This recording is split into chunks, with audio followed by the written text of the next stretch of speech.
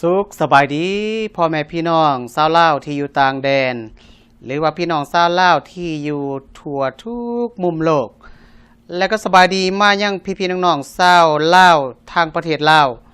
โดยเฉพาะพี่น้องทางแขวงอัตตปือเมืองสนามไส้ที่ได้ถืออุทกภัยวางผ่านมานี่มื้อนี้ขะน้อยคมสันคำสอนต่างหน้าให้ศิลปินลาวอีกคนหนึ่งที่ได้อยู่ต่างแดนอยู่ทางสหรัฐอเมริกาจะได้ทรงใจหรือว่าฝากเสียงเพลงนี้ทรงใจไปทางแขวงอัตตปือเพลงนี้เป็นบทประพันธ์เพลงของอาจารย์สอเมืองไต้ประพันธ์เพลงขึ้นมาเป็นผลงานเพลงที่มีชื่อว่าสายท่านนำใจของคนไกลบาท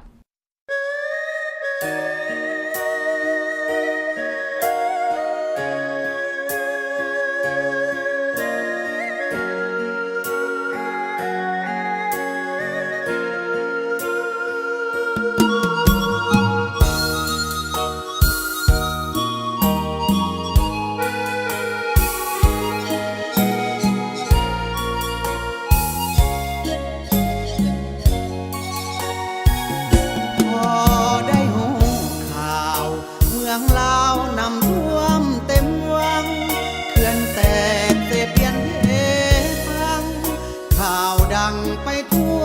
อาณาเขื่อนเซน้ำน้อยทำลายประเทศสาธาสนามไส้ต้องหลั่งน้ำตาเขตสาธาแขวงอัตตปือเฮาอยู่ต่างดาวคนลาวอยู่ทินแดนไกลจากบ้านเป็นคนลี้ภัยส่งใจประสานสายสื่อเฮาตาเดียวกันสำคัญมานแผ่สายบือฝากเพลงนี้มายองยืนเฮาคือศาสตร์เกิดเดียวกันสงสารเหตุการณ์โหดเหี้ยมอย่างนี้พี่น้องผู้ถูกกับภัยเหมือนธรณีจะแยกจากกันคนตายนะพ่อยลาวคอยสูญเสียเผ่าพันธุ์ผัวเมียตายแยกจากกันโศกสันพ่อแม่ลุงตาเขาคนลาวนอกขอบอกบนแรงน้ำใจรวบรวมเงินคำมากมายห่วมใจหลายคนส่งมาถึงอยู่ไกลบ้านสายทานน้ำใจบ่ลาจะอยู่อเมริกาแคนาดาฝรั่งเศสเหมือนกัน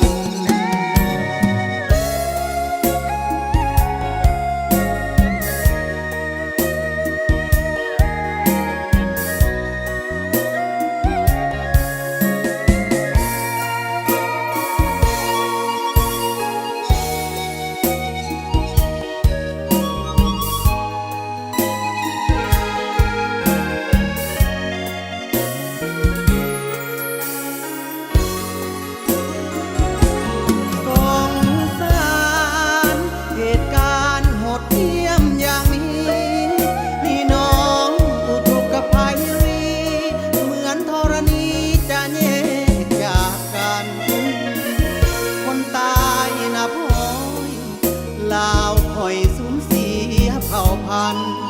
ผัวเมียตายแยกจากกันโศกสันพ่อแม่ลุงตาเขาคนลาวนอกขอบอกบนแรงน้ำใจรวบรวมเงินคำมากมายห่วมใจหลายคนส่งมาถึงอยู่ไกลบ้าน